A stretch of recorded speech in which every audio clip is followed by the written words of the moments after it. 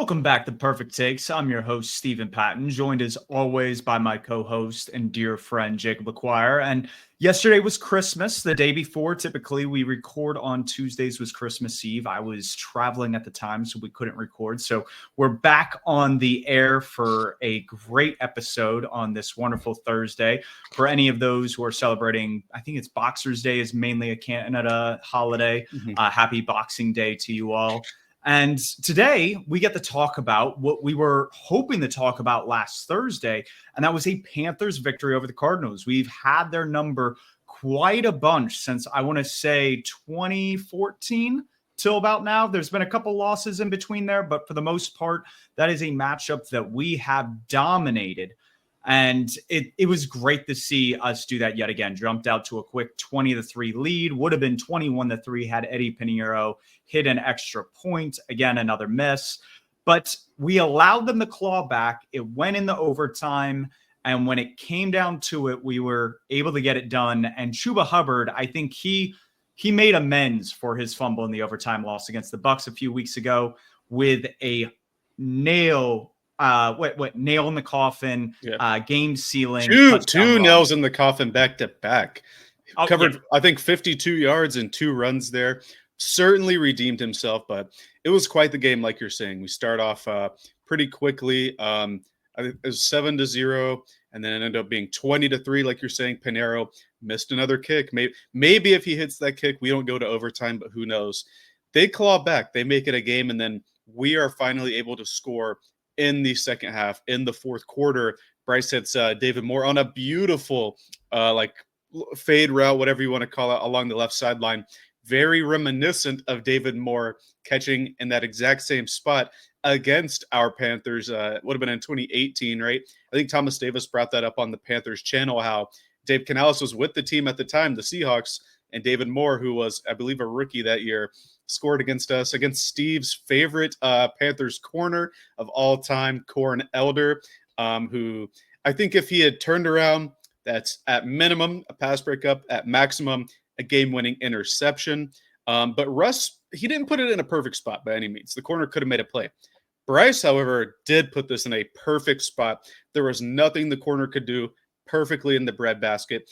And this is coming off of a play right before this where Bryce got the ball up in less than 1 second, being leveled by, I think it was Kaiser White. Just instantly, unblocked pressure came head-to-head, by the way. Should have been a targeting or roughing the passer call. But perfectly gets it out to Tommy Tremble, who is behind 2 defenders. Like, if you're just looking at it, you couldn't tell he's open, but finds him open. I think 12-yard gain there. But really, really good game from Bryce. I think the only bad play he had all day was missing the third down in the fourth quarter to put the Cardinals away. But other than that, phenomenal game. He looked a little bit like Cam Newton out there running the ball. I don't know how fast Bryce is because he didn't run at the combine, but I can tell you he's exactly 1 mile per hour faster than the closest defender. That's what it seems to be. He can, just like Mahomes. Mahomes is always 1 mile per hour faster, just narrowly outrunning the guy for 30 yards here, 10 yards there, and then a 20-something, 24-yard run as well, where Chuba Hubbard blocked 2 people. He had a chop block early, and then down the field was blocking the guy.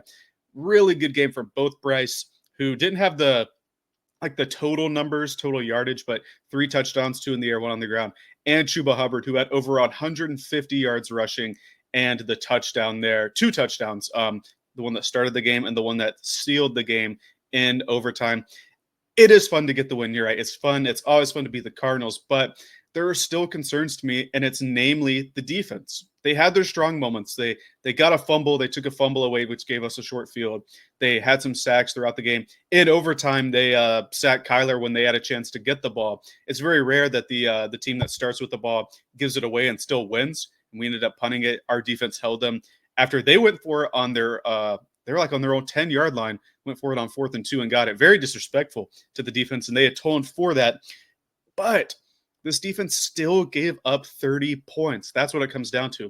Regardless if Eddie Pinheiro made the kick or not to send us to overtime, we still had to overcome the other team scoring 30. And to me, that's like the big takeaway, because we had the Evero conversation for like the last, I don't know what, 2 months now, even going back to when Andy Dalton was the starter after that horrendous Washington game. This isn't tenable. And it's not just like the lack of personnel, it's like they're just not tackling out there. Had James Conner not gotten injured like right before half, I don't know if we're talking about a Panthers win here. He was absolutely tearing it up in the second quarter because is it Petzing, their offensive coordinator? Yep. He finally realized, hey, I can run James Conner. He was averaging like 9 yards per carry. So still issues there. Obviously, those aren't going to be solved in the last 2 weeks, but it's nice to see us finally finish a game and hopefully take this into a game where we have already played the next opponent in Tampa Bay. That you talked about the overtime game with Chuba. Maybe he can atone for that even more in this game, but the defense is still an issue for me. And we're going to continue to talk about it. I know people are tired of it. I'm tired of talking about it, but until free agency hits in like March 12th or whatever it usually is, that's going to be a huge sticking point for the Panthers moving forward.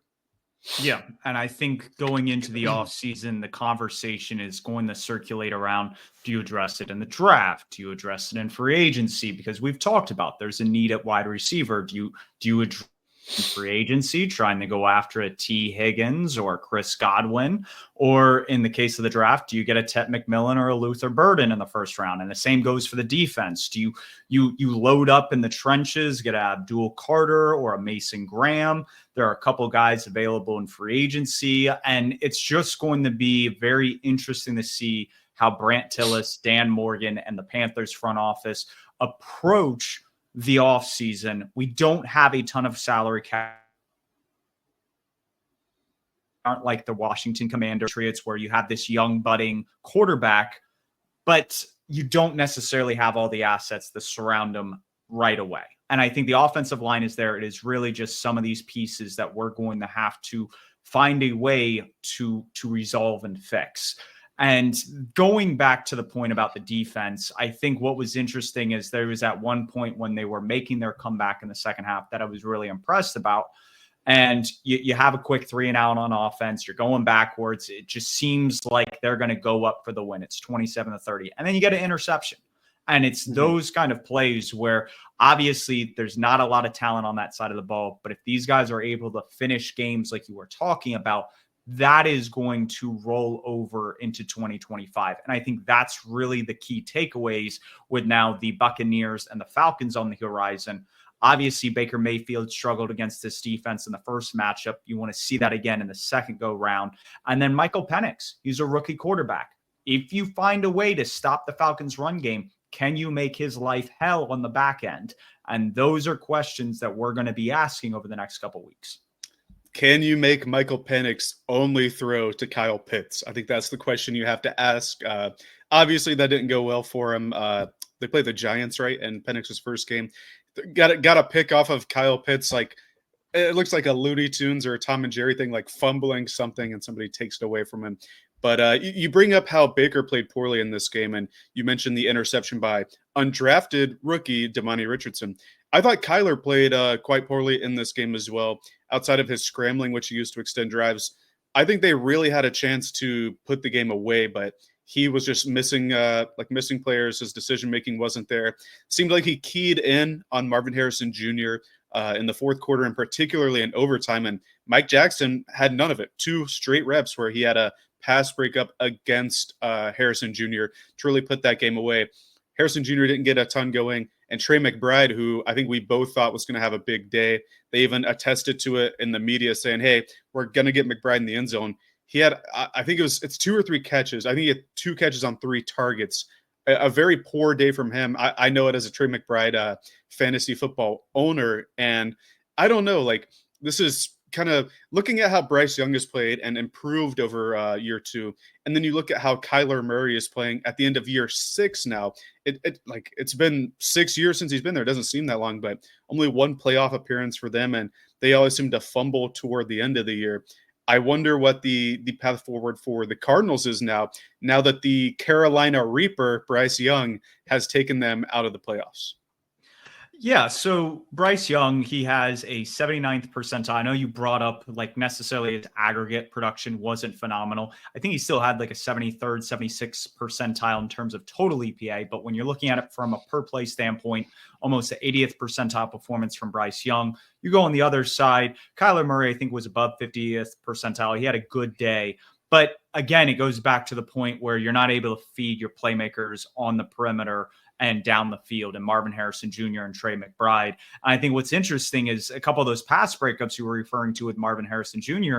has me questioning, is he a true ball winner at the NFL level? I mean, this guy, very crafty on his routes. He's good at playing the wide receiver position, but some of these 50-50 balls that you have players like T. Higgins or George Pickens kind of talk about and say, hey, they're more 80-20 balls when you throw it my way. That doesn't seem to be the case with Marvin Harrison Jr. And that makes me a little bit concerned because you're seeing guys like Malik Neighbors and Brian Thomas Jr. out of LSU like go off. And so is this going to be something we see change moving forward? Is this an issue with just quarterback wide receiver?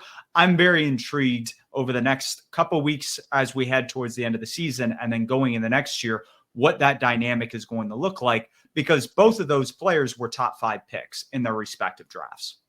Yeah, for sure. And they brought it up on the broadcast. I think it was Mark Schlereth and Chris Myers, how particularly on those 2 plays where we're talking about Mike Jackson breaking it up back to back, Marvin Harrison Jr. doesn't do a great job of coming back to Kyler. They're like curl routes, and he does his curl and turns, but after the turn, he's not coming back toward the ball. And that gives Jackson a chance to run in there. And on the first one, just swat it down as it gets to his hands. And on the second one, again, he doesn't come to the ball. So it gives Jackson a chance to wrap him up and punch it out. And these are things that you would like to see from a top 5 pick. I certainly think that Kyler has some blame as well, but you need more from him, right? You're talking about Brian Thomas Jr., who, if we didn't have a phenomenal QB in Jaden Daniels, might be rookie of the year. Malik Neighbors started the year super hot. He's tapered off a bit, but he also has like me and you throwing him the ball, right? Brock Bowers, even. I know he's listed as a tight end. To me, he's like if Cooper Kupp were tight end size, like that kind of player. Mm-hmm. And he's a ball winner too. He hardly drops anything, and you're seeing Aiden O'Connell and Desmond Ridder like throwing him ducks, but he goes up and he gets them out of the air. Did you see the one he pulled off the turf this past Sunday? I mean, that was incredible. It was phenomenal. Yeah, the body control. Yeah, and you're seeing players like this. And granted, I had Bowers, I think 2 on my board, Neighbors 4.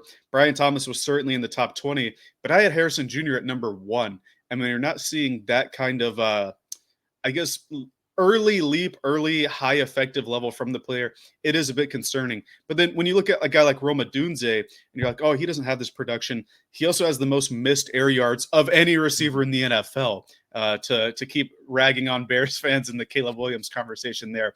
But like, there are good excuses, I think, for some early players. Adonai Mitchell as well.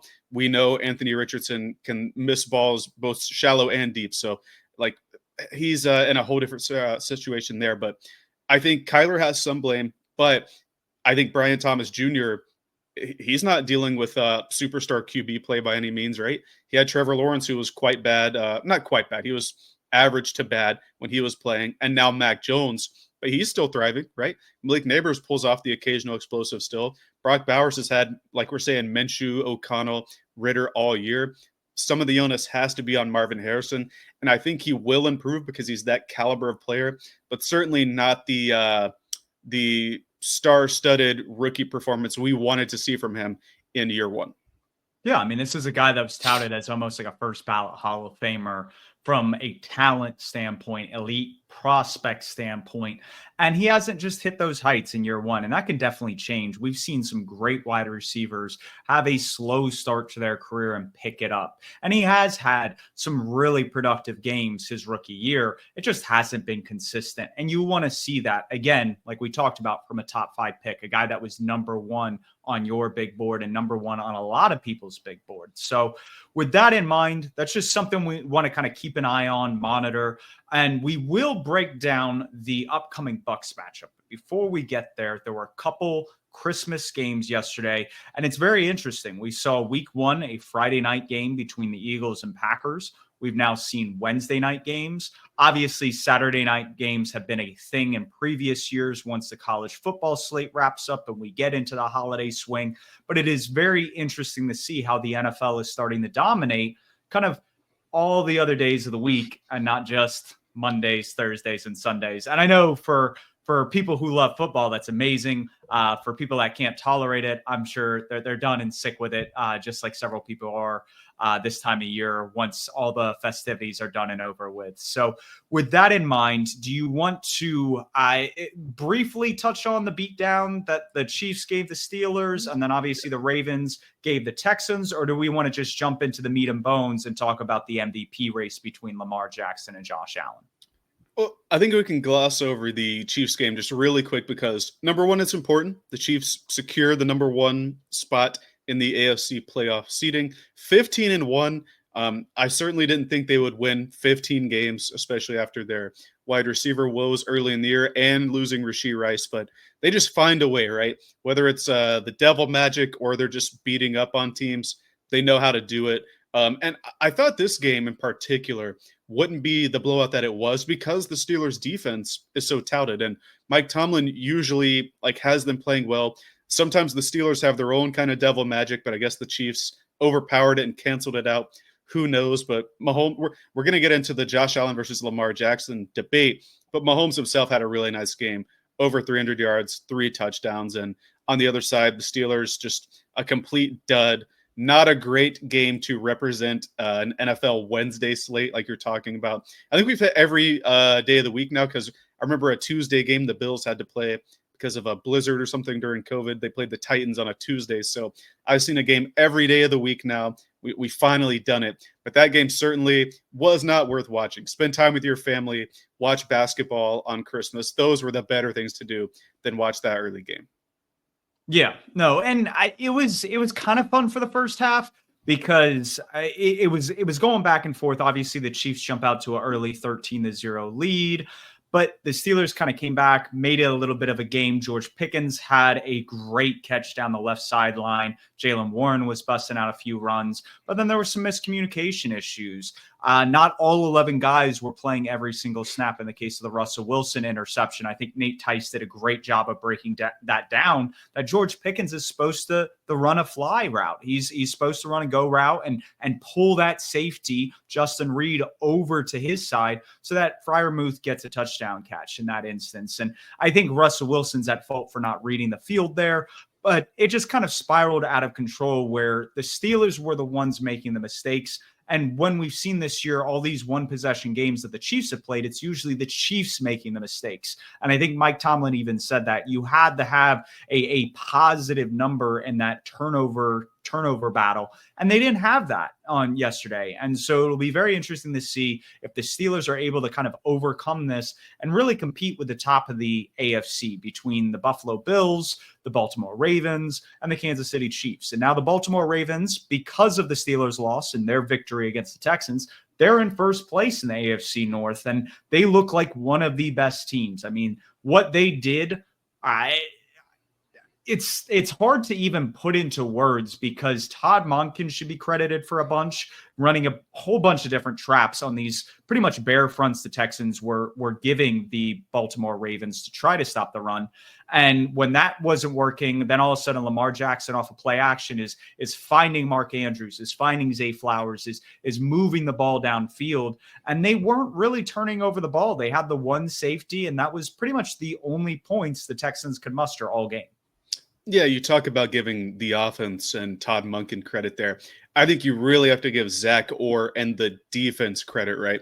The fourth down stop in the red zone there to keep the Texans from scoring, keeping them scoreless, right? The only points the Texans scored were on defense, or I don't know if it's a defense or special teams play technically, but they didn't score it on offense. That's my point. 31-2 was the final score. Crazily, not a scoregami. I was explaining to my grandparents what scoregami was because I was at my grandparents. They're like, "Oh, that's neat. This has to be one, right?" And I'm like, "Yeah." And I look it up. No, this has happened before on September whatever of 1965. All right, so we've had a 31-2 before, but regardless, another not great game to watch unless you're a Ravens fan or you just don't like the Texans because the Texans offense was didn't exist in this one. I think CJ Stroud continues to not play at the high level we know he can play at. I think he was particularly poor in this one. Their run game couldn't get going whatsoever. Joe Mixon, who I think through maybe the middle of the season had been the driving force of the Texans offense. He did nothing today, or not today, yesterday. 9 carries, 25 yards. And in the passing game, Nico Collins only had 3 catches. They were targeting like everybody else except for him. John Mechie got like 20 targets, it seems, in the first half, and nothing to Nico Collins. And it showed on the field, and it showed in the box score for the Texans offense. Their defense obviously got demolished as well.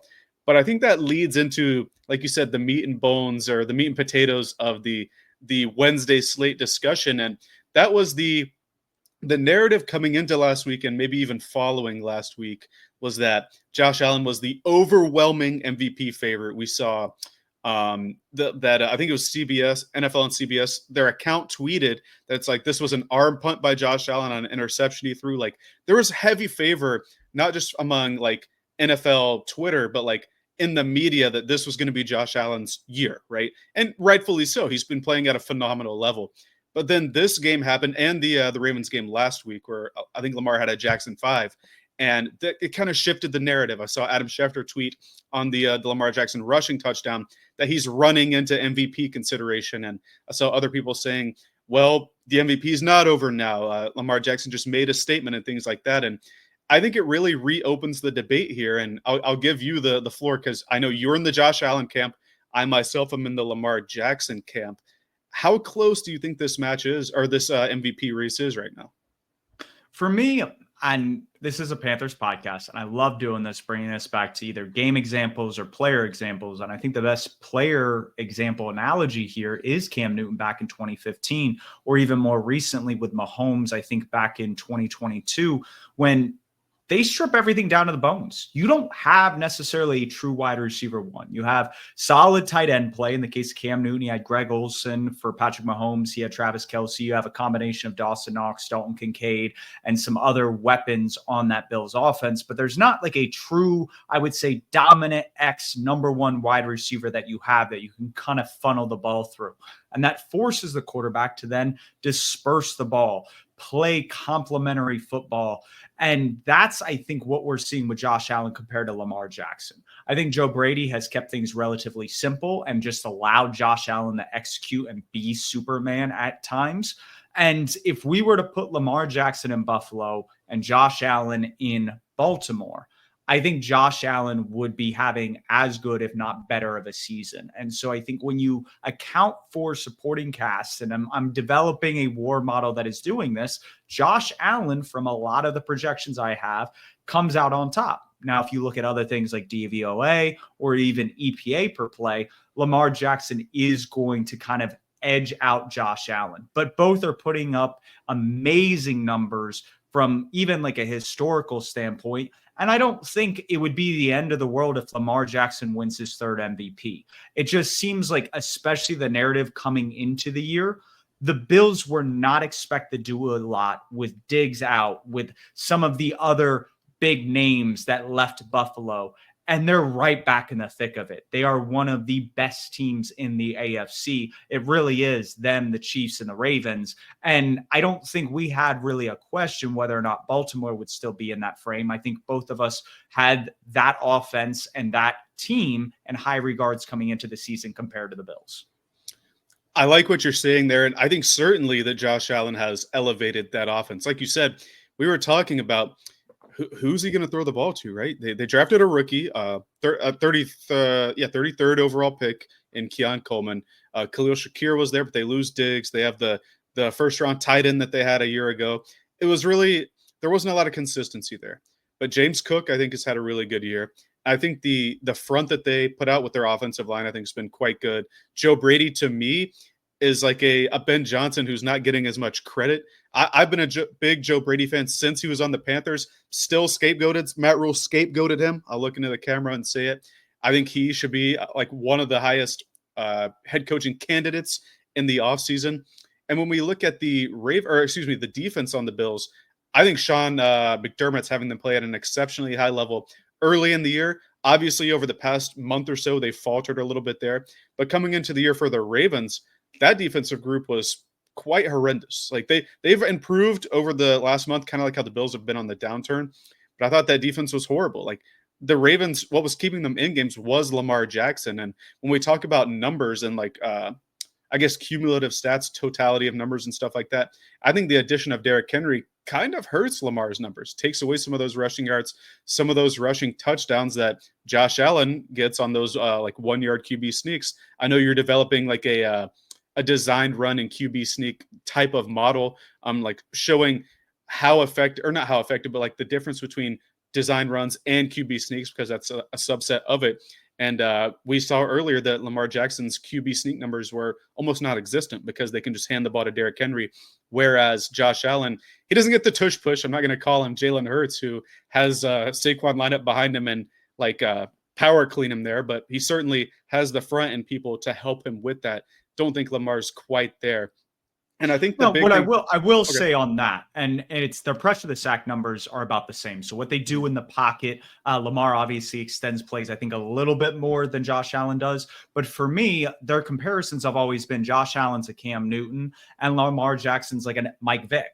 And I would never have Mike Vick on a consistent basis do a quarterback sneak. It's just the build of the quarterback. That's he fair. has an injury history. And so I don't want to take that away from him. Absolutely right. It's a couple first downs, a couple EPA swings, touchdowns, obviously. But from a body type standpoint and knowing how long these NFL seasons are, I think that's more of a blessing because that's what keeps Lamar up and healthy. That's a totally fair point and something that I hadn't really like considered, because this is like you're trying to put the good stuff forward, right, for your case for the candidate. And then you brought up a key point there that Josh Allen's more of a Cam Newton and Lamar Jackson is more of a Michael Vick. And as we all know, MVP or awards in particular, but the MVP is the main one, are narrative driven. Like we talked about, the entire media, like social media accounts were behind Lamar. Now with like the NFL account posted who's your MVP, and it put up Josh Allen, Lamar, and Saquon. By the way, in my opinion, Saquon breaks Eric Dickerson's record, he's got my vote. I know people aren't going to do it, but he's got my vote.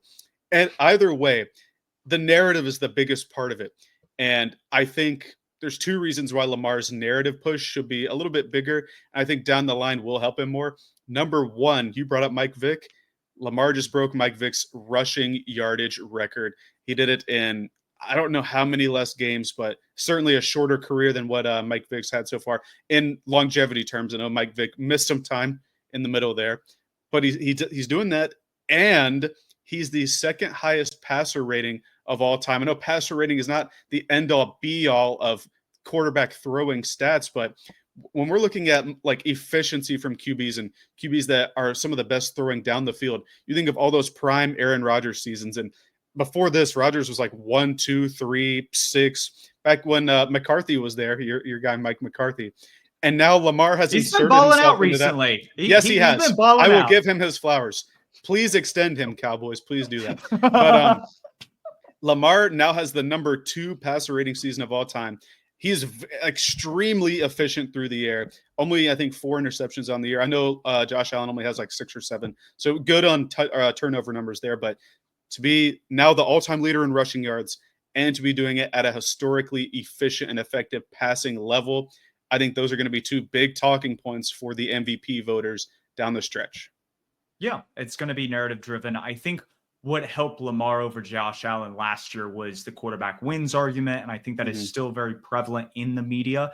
And right now the Bills have more wins. That's but true. The head-to-head game obviously is going to go to Lamar. Lamar couldn't beat Patrick Mahomes. Josh Allen did beat Patrick Mahomes. So it's a lot of going to be back and forth with some of those. Josh Allen couldn't beat the Texans defense. He was 9 for 30 in that game, and Lamar got to sit by the end of the third quarter in that game. So, like, we can go apples for oranges all day, I think. But I think you have a point with the QB wins as one of the major arguments for the Ravens last year. But they were the 1 seed. The Bills aren't getting the 1 seed. It's been locked up. And last year, a big talking point for why Josh Allen wasn't the leader. I think he ended up 4th or 5th overall. He had 23 turnovers last year. Obviously, that's cleaned up quite a bit, but Lamar doesn't have a ton of turnovers either. So I think the margins are going to be razor thin with the voting, to where I think having a big narrative thing, like breaking a huge record, like the all-time rushing yardage leader for a QB, I think that's something that could really push Lamar over the edge to win MV3, so to speak, this season. Absolutely. And like I said at the top of this segment, I think both are deserving of the award. It's just really going to come down to a couple of these points that we've brought up. Obviously, and it's probably going to come within the next year or two. Josh Allen is approaching Cam Newton's all-time rushing touchdown record, and that's going to be a monumentous thing. But you don't know if he's going to be the best quarterback when he breaks a record like that. So or if Jalen Hurts snipes it with more tush pushes, unfortunately.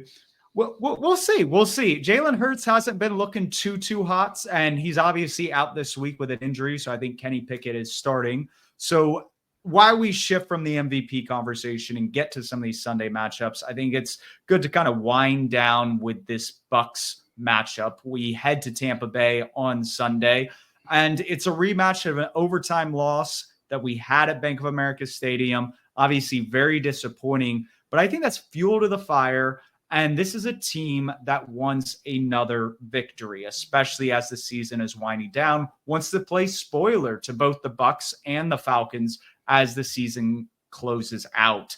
How do you see this playing out? Do you see it going differently than the first time around? Or do you think that the Bucs will prevail and we'll end up coming back home with another loss?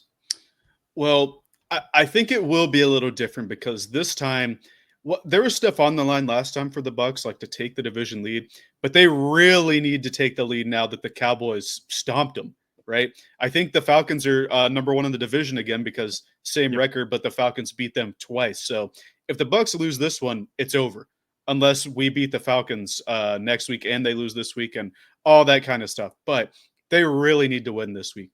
I don't know what the success rate numbers were for the Panthers last time we played. I feel like it's got to be quite high because we got into the red zone so much, but this was the game, if you recall, when we had the Dave Canales argument where you need to man up and go for it on those 4th and shorts. There were like 2 or 3 in the first half, really short 4th downs that we didn't go for that resulted in field goal attempts and subsequent field goal misses from Eddie Pinheiro. So I think in this one, certainly Dave Canales has become more of a, all right, nothing to lose, we got to go for it. But those opportunities, I think, are going to be few and far between in the Bucs stadium because we won't have a home crowd.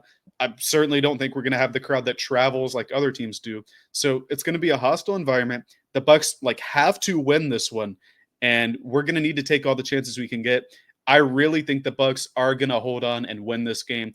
I think their rushing attack is just too potent. Last time we played, we allowed 236 rushing yards. Now, some of that was in overtime, but even if you take away, let's just strip away 50 of that, that's still a horrendously high number. And that's been a trend that we've been allowing back to, I guess it started with this Bucs game, right? And then it was the Eagles with Saquon and Jalen Hurts. Rico Dowdle had his career day against us. And then James Conner, before his injury, had 120 yards basically all in the second quarter. So we really, I would almost sell out to stop the run because Baker had a pretty poor performance against us last time.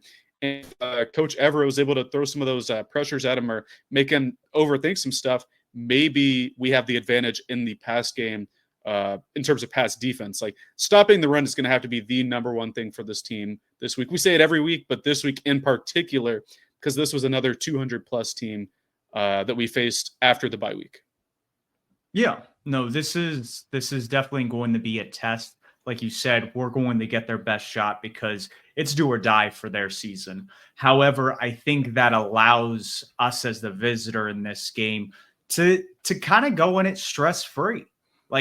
Even if you lose, we aren't losing out on anything. And it goes back to that point about Dave Canales. He was playing scared the last time this game happened. Don't play scared this go round. When you have some of those 4th and short opportunities, when you have the ability to just drive it home and pound that nail in the coffin, do it. Because there were opportunities early on in that game to jump out to a substantial lead, to create it a situation where maybe Chuba Hubbard is able to get activated. And this is one of the things, the Buccaneers have a top 10 run defense. So we may not expect Chuba to get going early and often, but if Bryce Young can kind of do what we saw last game against Arizona, you score early, you jump out to that early lead, you can lean into the run game and be a little bit more deceptive with it and not have to rely on it down in and down out. So that's what I'm really looking for. We did have a higher success rate than the Buccaneers last time we played them.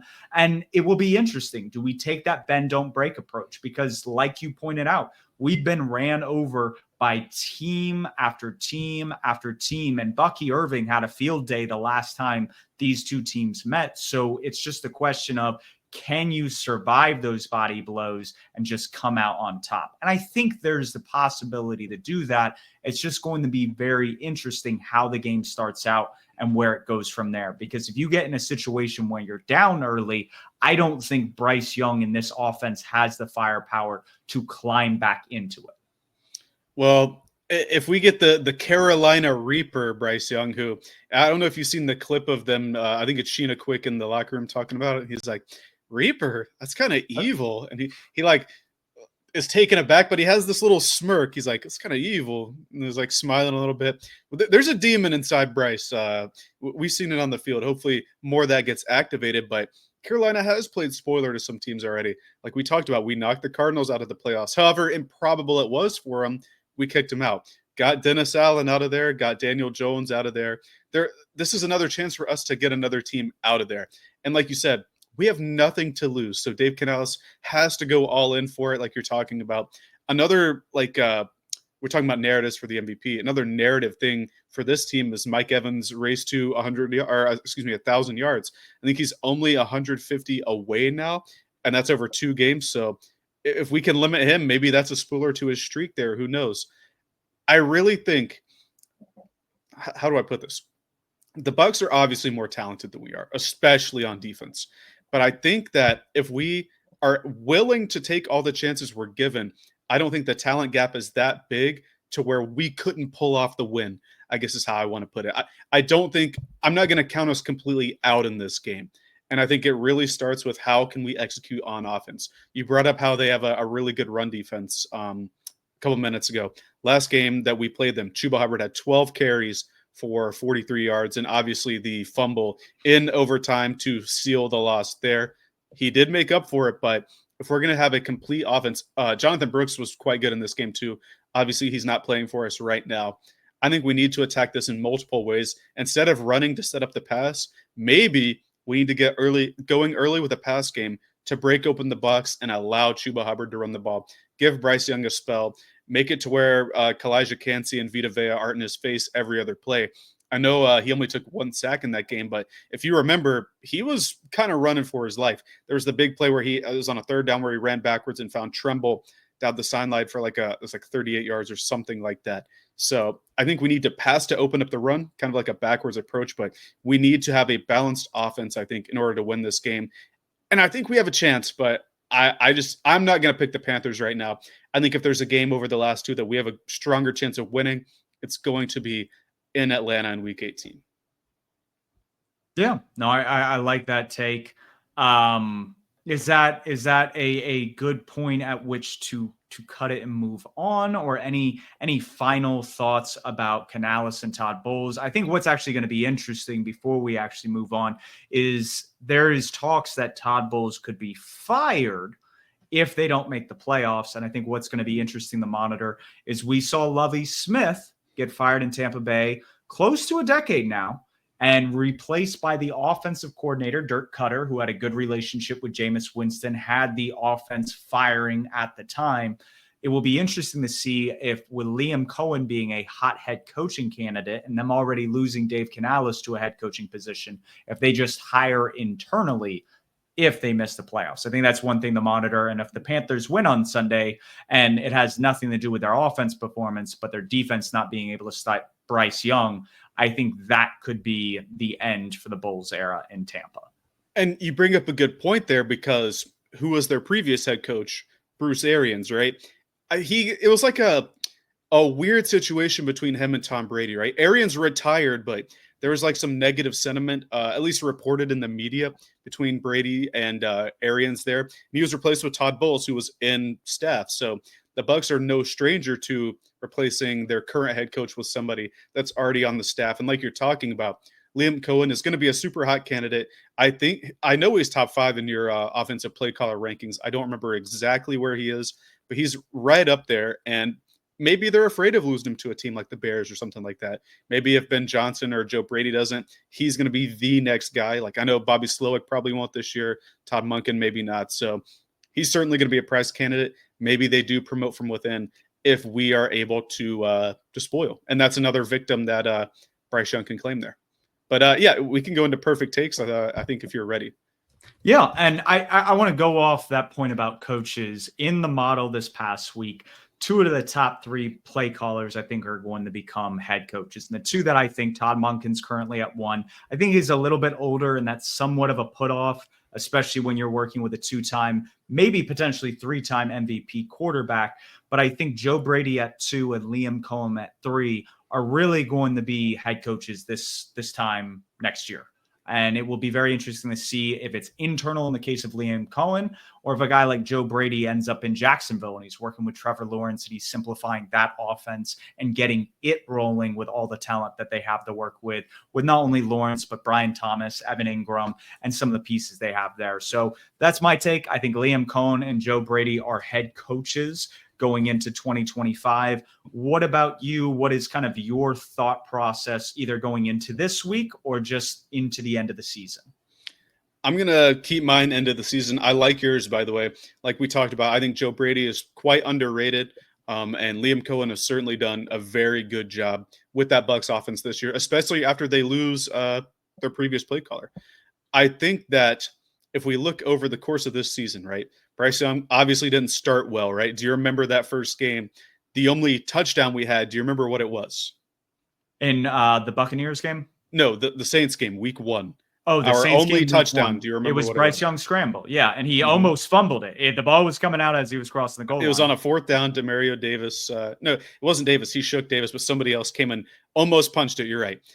He had a rushing touchdown then. He didn't have another one until Tampa Bay. And then after that, none versus Philly, but 1 versus Dallas and 1 versus the Cardinals. I'm going to say Bryce Young gets at least another rushing touchdown during the last 2 games here. I know it's kind of a cheap take, but looking at the trend there where 3 of his 4 rushing scores were in the last 4 weeks, I think it keeps you going. Like he's becoming an underrated kind of scrambler. Like I know when we think of scramblers, we think of guys like Mahomes who can keep the play open forever. But I think of a guy like Aaron Rodgers. Rodgers' scrambling ability, I think, was something very underrated when he was in Green Bay. I think we might be seeing, like maybe a little mini Rodgers from Bryce Young with his scrambling ability and his ability to throw off platform with pressure in his face. He's scoring a rushing touchdown either this week or next week, maybe both, but at least 1 more rushing TD to finish the year for Bryce Young. Sweet. Love that. I definitely think it's possible. He had I think it was a 2-point conversion run last year when he was in Tampa Bay. So I could definitely see them getting into the red zone, him kind of breaking containment and getting into the end zone. And that you love to see it. It's obviously not I don't want to use the word macho, but there was an element of just superhuman nature with watching a guy like Cam Newton take off and run. And don't get me wrong, Bryce Young trucked a Cardinals defender. He honestly needs to retire. It was similar to when Cam stiff-armed the one Cardinals player in the NFC Championship game. And you're like, no, Cam, that guy's a father. One of those situations. Like it doesn't matter. It doesn't matter. It could be Cam Newton, Teddy Bridgewater, Kyle Allen, Cam Newton again off of the streets, or Bryce Young. We just own the Cardinals this decade, or I guess the last 10 years, and it was really good to see. But I think Bryce can find the end zone there. He looked like a little mini Cam Newton versus the Cardinals there. But I think that's going to wrap it up for us unless we have anything else. Obviously, next week we'll be back to the regular schedule. Probably because New Year's is on the Wednesday. So we'll be able to record on Tuesday and Thursday. But it's going to do it for us this week. Hopefully, we're talking about another Panthers win on Tuesday of next week. But until then, enjoy the holiday season. Enjoy spending time with your family. Watch some football that's on like every day of the week this weekend, and keep pounding.